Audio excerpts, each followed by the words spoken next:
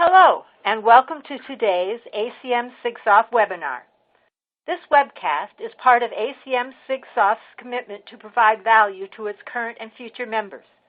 The ACM SIGSOFT Webinar Series features speakers from the Future of Software Engineering track at the International Conference on Software Engineering, as well as select keynote speakers and distinguished paper authors. I am Lori Dillon, a professor of computer science at Michigan State University and the Vice Chair of ACM SIGSOFT, the Special Interest Group on Software Engineering. I am also General Chair of ICSE 2016, the SIGSOFT co-sponsored International Conference on Software Engineering that will be held next May in Austin, Texas. It is my pleasure to welcome you to this webinar. Before we get started, I'd like to quickly mention a few housekeeping items shown on the slide in front of you.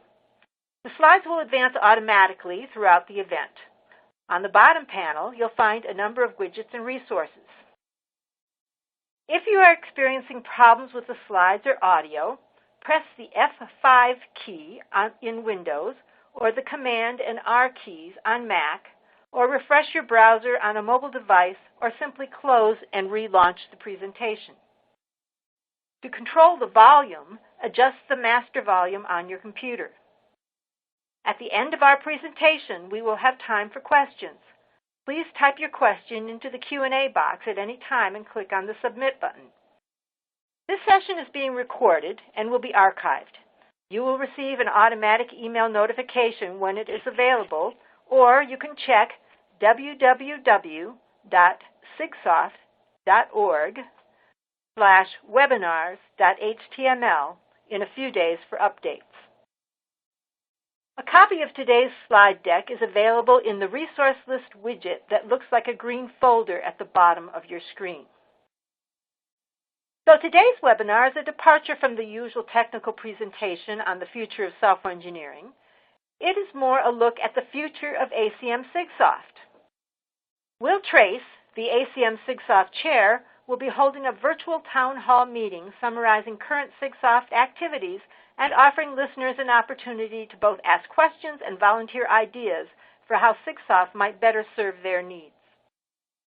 Dr. Tracz has been chair of ACM SIGSOFT for the last 3 years, after he retired from Lockheed Martin, where he was an enterprise architect and a Lockheed Martin Fellow. Will, we look forward to your presentation. Thank you very much, Lori, and welcome everyone to today's webinar.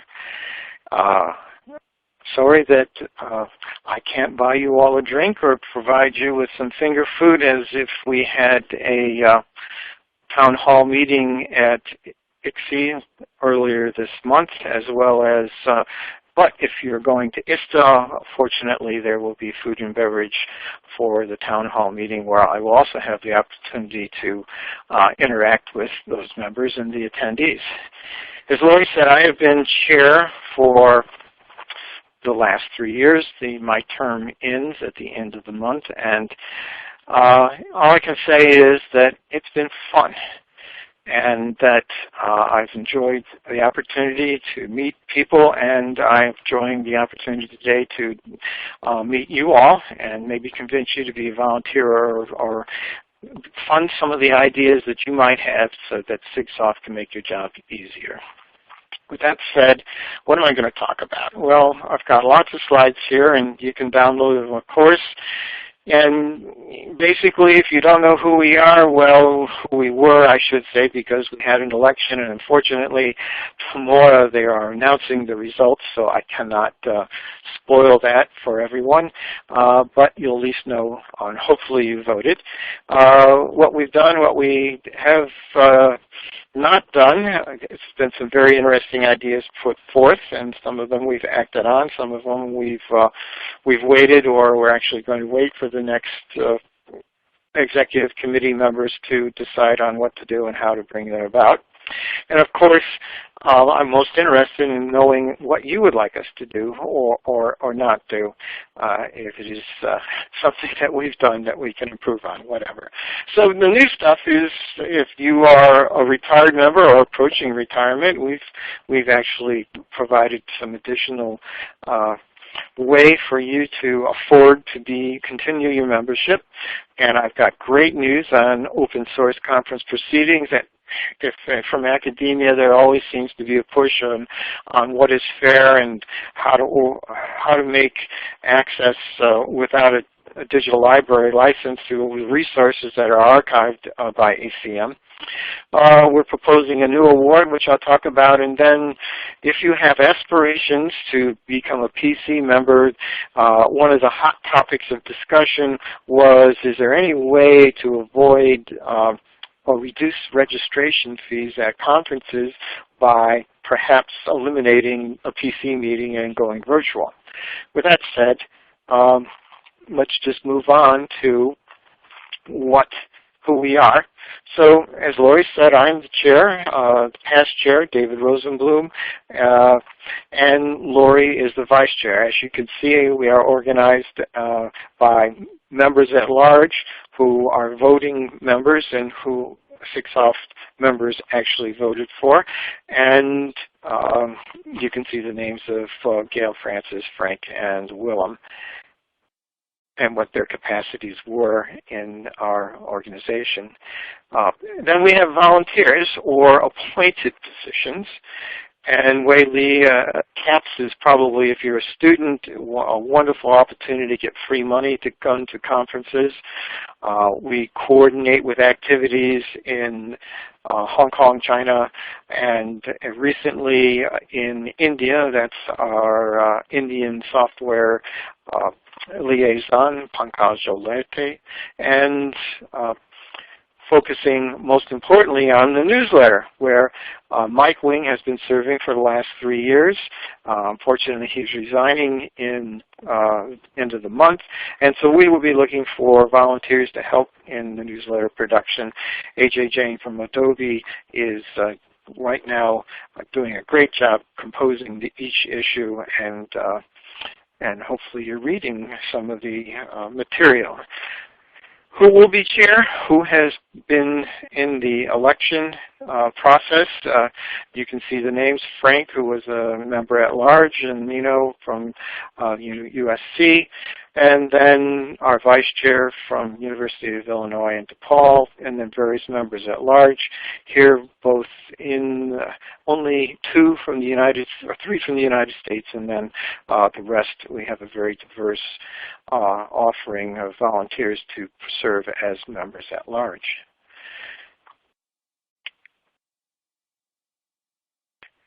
SIGSOFT memberships, benefits. So if you're a member, you're already receiving software engineering notes, and you probably realize that those, if you signed up for the table of contents, which I thoroughly recommend that you do, when they get pushed to you, you will be able to go to the digital library and read an electronic version. But there are other things in the digital library in particular that you have access to, because all of SIGSOFT-sponsored or co-sponsored conferences are available to SIGSOFT members, and without having a university or private digital library license. Of course, you get digital discounted registrations at conferences, and then we have the usual notifications that you can opt out of. The SIGSOFT chair can send out notices to you, which is hopefully the way that you found out about this webinar. And there's lots of good things on the website, and we're looking to reboot the website. If anybody wants to volunteer to help us redesign the website, please contact me after this webinar.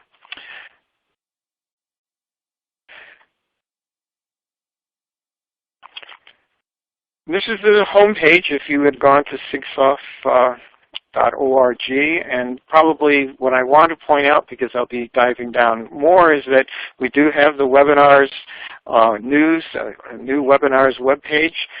We do have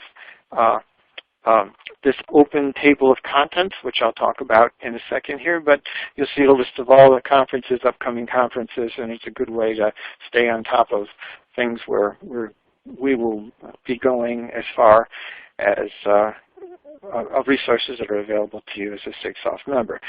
This is, speaking of resources, This is the latest issue of the Software Engineering Notes. Actually, it's last month's issue. And so you can see that the material that appeared in the last issue of Software Engineering Notes, as well as the books that were available for review. Once again, the price is right. You just sort of send a note saying, look at the list, and this is the book I want, and a couple of weeks later it shows up, and you can fill out a short review.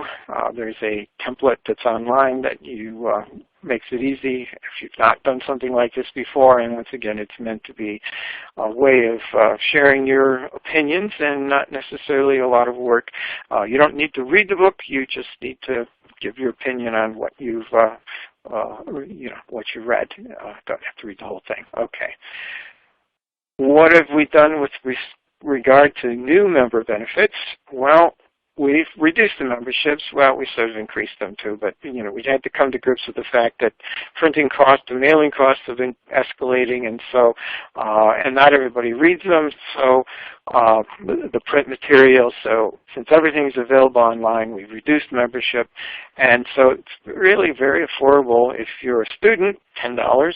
If you're a retired individual, $10. That's well worth the price of admission, so to speak, especially if you're a student and you want to apply for a CAPS of $1,000 or so, CAPS of travel grant. Yeah, it's well worth the investment. This open table of contents website, which I'll talk about a bit, and once again expanding reach to India, the SIGSOFT branch in India. They now have access to Software Engineering Notes, and you're talking to the webinar series, so thank you for attending. Here's the open source table of contents. There are about 70 conference proceedings that you see here that are available. They're not SIGSOFT conferences. They're just conferences of various SIGs that SIGSOFT we have made available for access to SIGSOFT members. You can just go in and through what is known as the authorizer link gain access to the table of contents as well as any of the materials. So being a member of SIGSOFT doesn't necessarily mean you can only see SIGSOFT proceedings. You'll be able to see all the proceedings that we've made available here off at this web page, and once again the link is available on our homepage. And here are the list of webinars that we've had a webinar last week, and it was canned, as they say, as this one will be, and it's available for replay if you're interested in learning more about evolutionary software development, which was a very interesting presentation. I happened to be the moderator. We had a lot of good questions, and it put a very interesting spin. It was not a software greenfield development. It was focused mostly on the crossing the line between early development and then maintenance, and what skills or what approaches and what tools you can use to effectively maintain software changes. Okay, and then we've got one coming up, as you can see down at the bottom. Margaret Burnett will be speaking next week on End-User Software Engineering Beyond the Silos. That's one of the Futures of Software Engineering talks. And then at the end of the month, there will be actually an ACM Professional Development talk that was a keynote speaker at ICSE last year in Hyderabad. Okay, community benefits. I really don't need to. You can scan this and see that it all makes sense. It's the usual thing. I would just emphasize that we're always looking for volunteers. There's always good ideas and good work that needs to be done, and that if you're a student, you should really be aware of the CAPS program and CAPS grants in order to help you otherwise defray the costs of attending and participating in SIGSOFT events.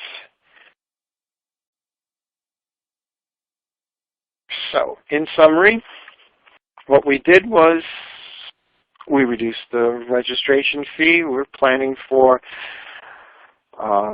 Bergamo, Italy, ESEC FSC in September. We're well on our way for Seattle, Washington in 2016. And we gave out a lot of awards, 77 awards, over $75,000 in travel grants for attending various conferences, which I'll show you. Now, this chart here, I have it as a placeholder to show you and acknowledge the fact that we've had individuals who are recognized at various member grades. And some of you may be aware of it, some of you may not be aware of it, that it's fairly straightforward to have the right be recognized as a senior member, and the Distinguished Scientist Education Engineer requires a little more work, but once again, we are here to support you. If you have any questions on how you become a senior member level or achieve the distinction of being a distinguished scientist or educator, please contact us. The information is actually on the webpage on how many letters of recommendation or what background material you need to provide. It's pretty straightforward, and once again, we'd be happy to see your name up there next time at the next town hall meeting. This year, we were fortunate enough to recognize Michael Ernst as a ACM SIGSOFT Fellow. This is a very detailed application process. It requires, once again, the community has several individuals who are worthy, but it takes a lot of effort, and we're glad to see that Michael was recognized this time. If you have any questions, please contact us. Another big three award that we have each year is called the Impact Paper Award, and this one recognized James Jones, Mary Jean Harold, and John Statsko. It is an award given out to individuals who basically stood the test of time. And so over 10 years ago, they did something that now has stood the test of time and has definitely, by the number of citations other researchers have, or the amount of productization, even the fact that they have been seminal, and this paper is seminal in providing advances in the state of the art and state of the practice. So that's what the Impact Award is. Then the next award is Influential Educator, Barbara Ryder at Virginia Tech, and our Outstanding Researcher, Carlo Getzi. And finally, our Distinguished Service Award, Bashar Newsbeth from the Open University and the Irish Software Research Center.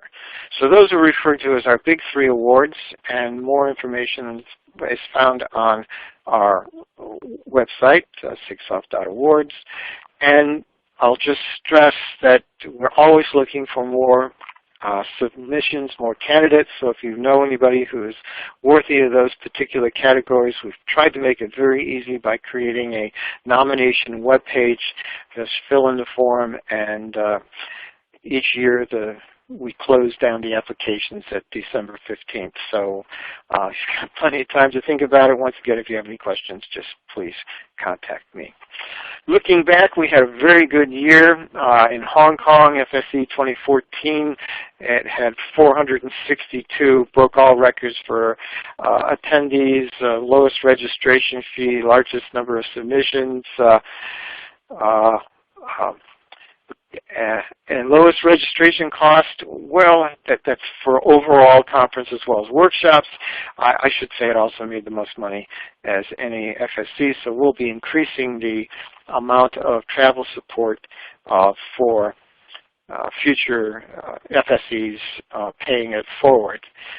This chart didn't quite come out the way I expected, but let's just say that right now ESEC FSC will be held in Bergamo, Italy, August 31st to September 4th, and the keynote speakers, Bashar Newsbeth and Carlo Getzi, I've mentioned before, and also Soroncini, who is a diagnostician of Italian art.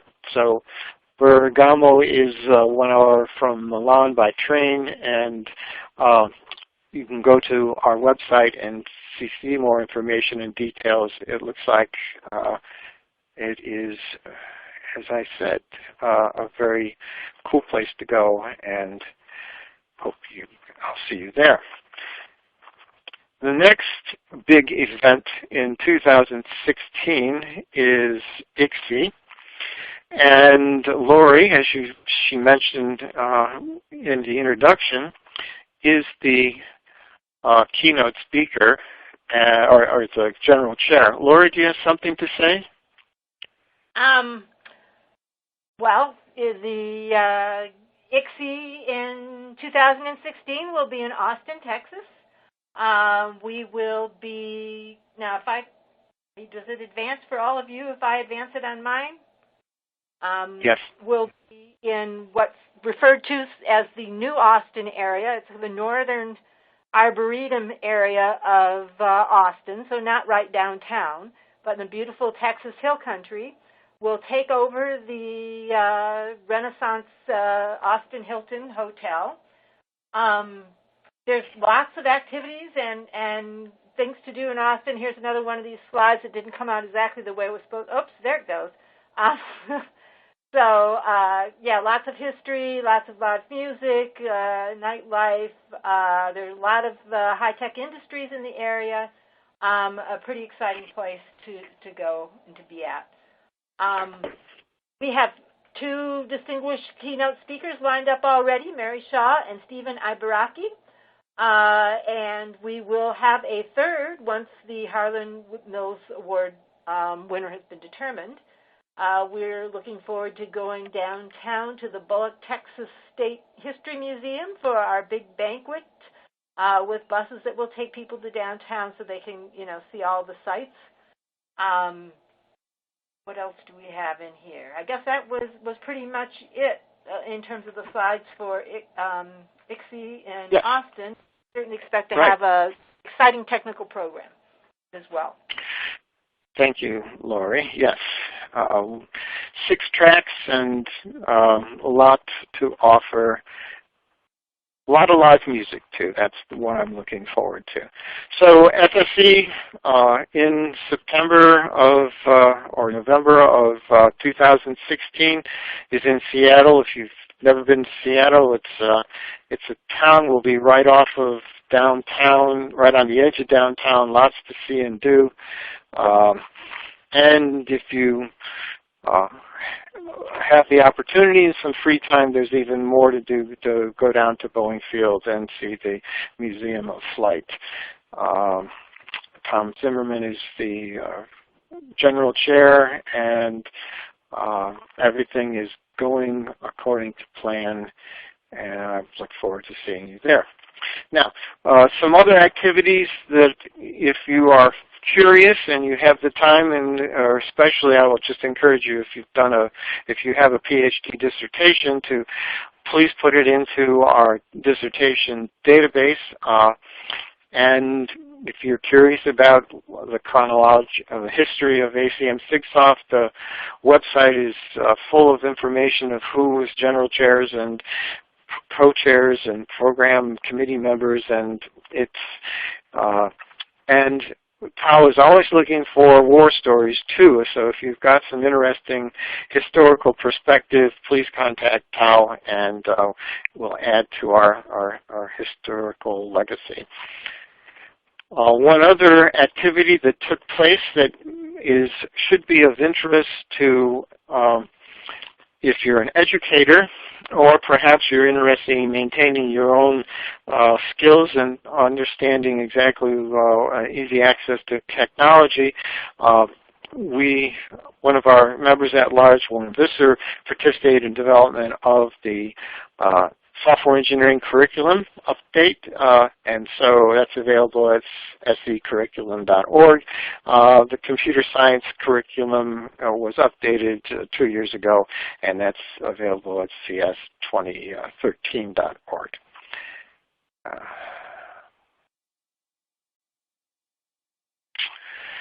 You are participating in the webinar series. As Lori explained at the beginning of the month, we have a full month of presentations as well as that complement the ACM Professional Development Committee webinars.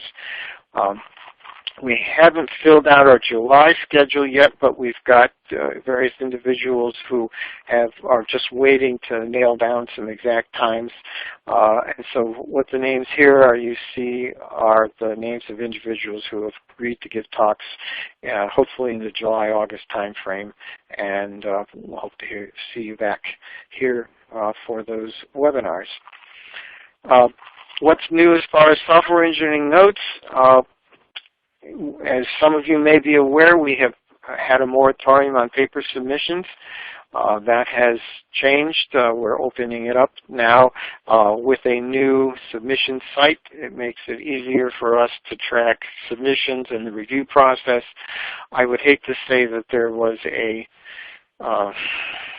we had some difficulty with plagiarism. Over half the papers were coming in, had certain sections that were just too, the I-authorizer plagiarism checking software pointed out the fact that those phrases or word sentences or paragraphs in some cases were actually not properly cited and required some updates. So we are moving on and we'll be including them. You know, and some people think, well, send, yeah, it's just a newsletter, but actually it turns out that it's very profitable in the sense that SIGSOFT shares with the revenue with the digital library revenue based on the number of downloads. And so you can see that there's almost 10,000 downloads of the software engineering note content in the last 6 weeks and 72,000 in the last 12 months. So we've got over 1.5 million downloads of software engineering notes. That's non-trivial, so it serves us well from a revenue source, and if you've not read some of the columns, I thoroughly love to read the risks as well as Mark Barnhofer's Surfing the Web. A lot of good content. We're featuring a lot more workshop reports, so it's a good way to keep your finger on the pulse of technology or just have some easy reading with respect to software engineering advances or practices. I talked a little bit about the CAMPS Award. We spent a lot of money sending people to ICSE this year in Florence. We sent people to other conferences too, so if you're interested in attending any of those, please do. I know ISTA is not on here. ISTA coming in July, we'll send at least 6 people to ISTA, compliments having their travel expenses paid for by SIGSOFT. Once again, if you're a student, you're applying for this sounds good to you, you need to be a SIGSOFT student member. And there is a new process which is supported by a portal where you fill in the blank the forms and include your letters of support. And once again, for practical purposes, we need to know about 6 weeks before the conference that it's your intention that you would like to travel support, and we'll do the best we can to prioritize and meet everyone's requests, but there's no guarantee. So this is a quick look of all the events that we have coming up this year and next year. Just say ICSE was in, as you can see, in Austin, Texas, and FSE is going to be in Seattle. But you also see that ICSE 2017 is going to be in Buenos Aires. Hopefully everything will fall into place there. It looking good, and we hope everything works out. So what else is there to talk about that might be of interest? And that is, we've achieved this open table of contents, but the big but is, and that's why the next step is there, is that those papers are only available for 1 year. And then they go behind the firewall. Well, the good news, and I'm pretty sure I'll be able to check the box, is that ACM has decided that they're going to put as soon as they put the mechanisms into place, all conferences, if they have been open source for the year, will be open source forever. So this is the perpetual open source table of contents. And that is, the PUBS board has agreed and presented it to the SIG governance board and recommended that that is going to be the new policy. And so all conference proceedings that choose to be open source will be open source forever. We're looking into being a professional travel scholarship, that like a CAP scholarship. If you are not in academia, you're not a student, or maybe you are, because there are travel actually awards that through the National Science Foundation that are available for faculty who do not have travel support to go to conferences. You can find that information. In particular, we're setting things up now, hopefully for ICSE 2016. But you might be working. Your company doesn't have you travel, does not provide you with coverage for registration and travel to a conference. Some SIGs have this, and we're recommending, the current executive committee is recommending that the subsequent executive committee investigate that as a possibility. We are having this new early career award, and hopefully we'll set up a chapter of SIGSOFT in China. Okay, with that said, I think we are done with all the everything that I wanted to say. Once again, I wish that I could have provided you food and beverage to go along with this lunchtime for some of us talk, and for others, I'll make it up to you if you're at ISTA or ICSE. Please come again and ask your questions there. But right now, Lori, do we have any questions? We've had a very quiet audience. We have not gotten any questions. Is there anyone?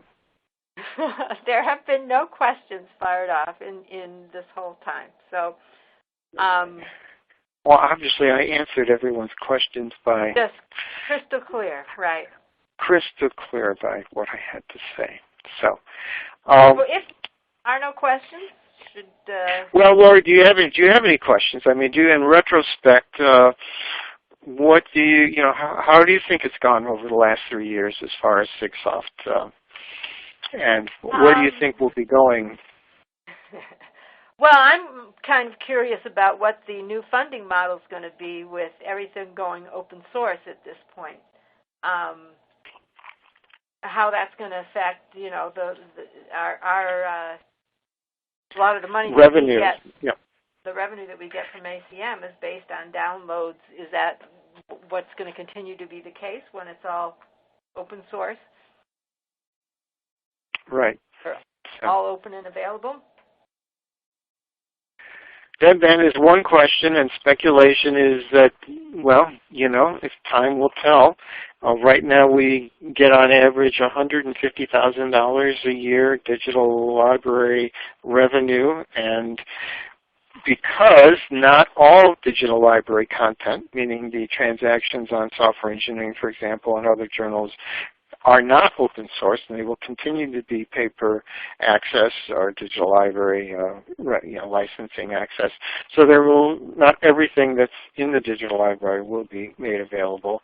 And the question is, well, what about all the archival information, meaning conferences that didn't take place, that took place 2 or 3 years ago before open source was as an option, provided as an option. And that is another topic of discussion. I know ICIP is entered into a deal with Springer Verlag that they will make available open access table of contents to all conference proceedings that Springer Verlag provides, and that after 4 years it will be open source. So they basically drew a line in the sand that says after 4 years any past publications will be open source, but they will keep paper access for 3 years. So How we do that is whether ACM will pick up on that remains to be seen. Let's see.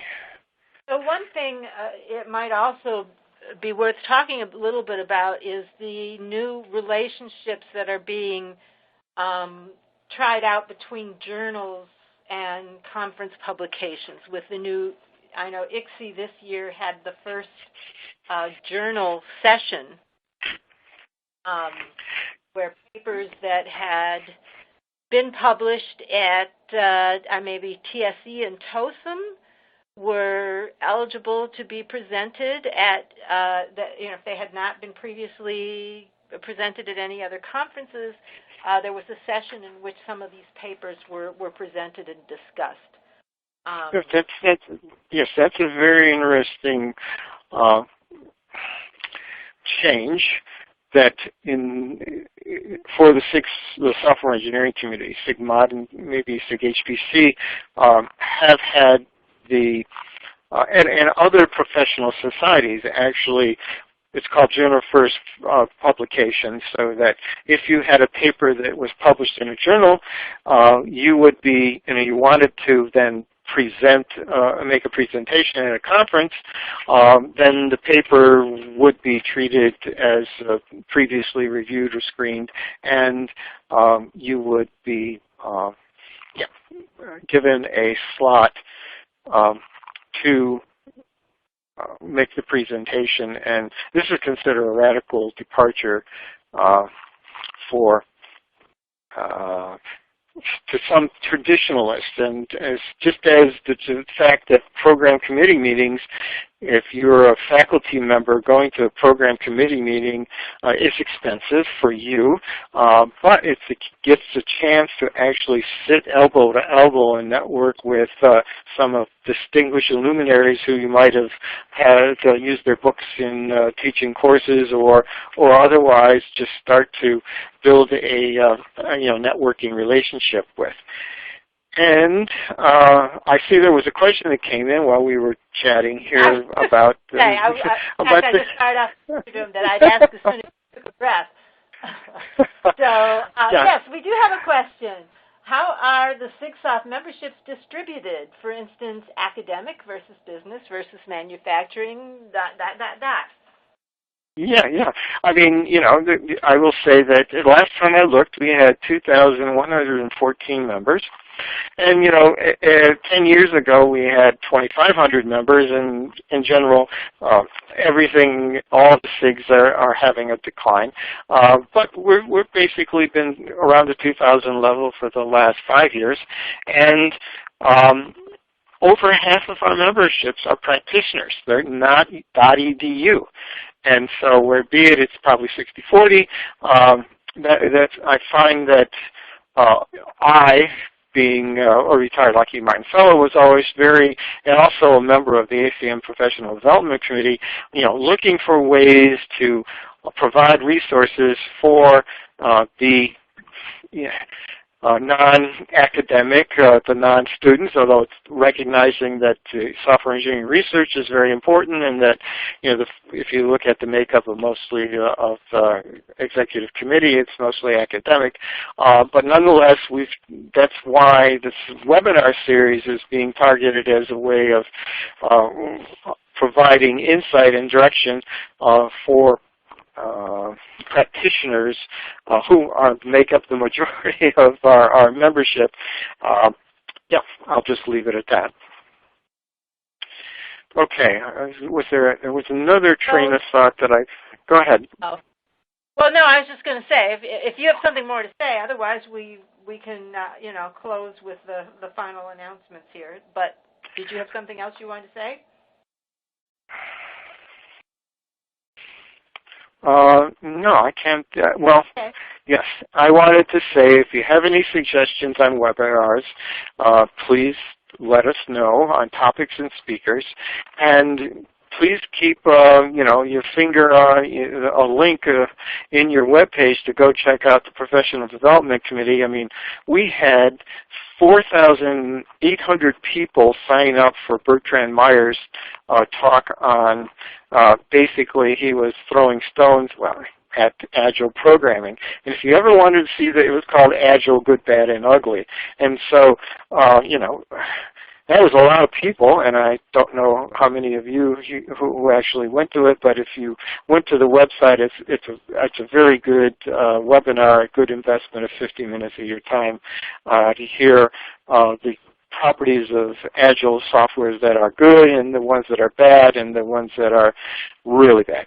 So very entertaining webinar, and as I said, keep posted, keep looking for the ones that are up and coming. There was one very good one by Eve Anderson at Google or Microsoft, who gave a talk on human interface, and it was actually for mobile computing as well as for people with handicap challenges, and that once again was a very good presentation. So one of the things that we're planning to do at Michigan State this fall is to have a lunchtime viewing of webinars once every 2 weeks, a lot of them based out on the webinars that are available, and on some TED Talks as well. But it's figuring that it's kind of a nice way to bring together graduate students and faculty and around some of these topics. And we do have another comment. No, it was just a comment, yes. So that's good. Keep the practitioner event or orientation. Be aware. Yes. Okay, let's wrap it up, Lori. Okay, so thank you, Will, for your informative presentation and insightful answers to our one question. Special thanks to everybody else on the line for taking the time to attend and participate today. So a reminder that the webinar was recorded and will be available online in a few days at www.sigsoft.org/webinars.html. You can also find announcements on upcoming SIGSOFT webinars and other ACM activities at learning.acm.org and at www.sigsoft.org. I'd like to point out that the next webinar on June 18th will be back to our Future of Software Engineering series with a presentation by Professor Margaret Burnett at Oregon State University titled End-User Software Engineering Beyond the Silos. So that said, I will say goodbye for now. Thanks again for joining us. Hope you'll join us again in the future, and hope to see you in Austin next year at ICSE. Thank you, Lori.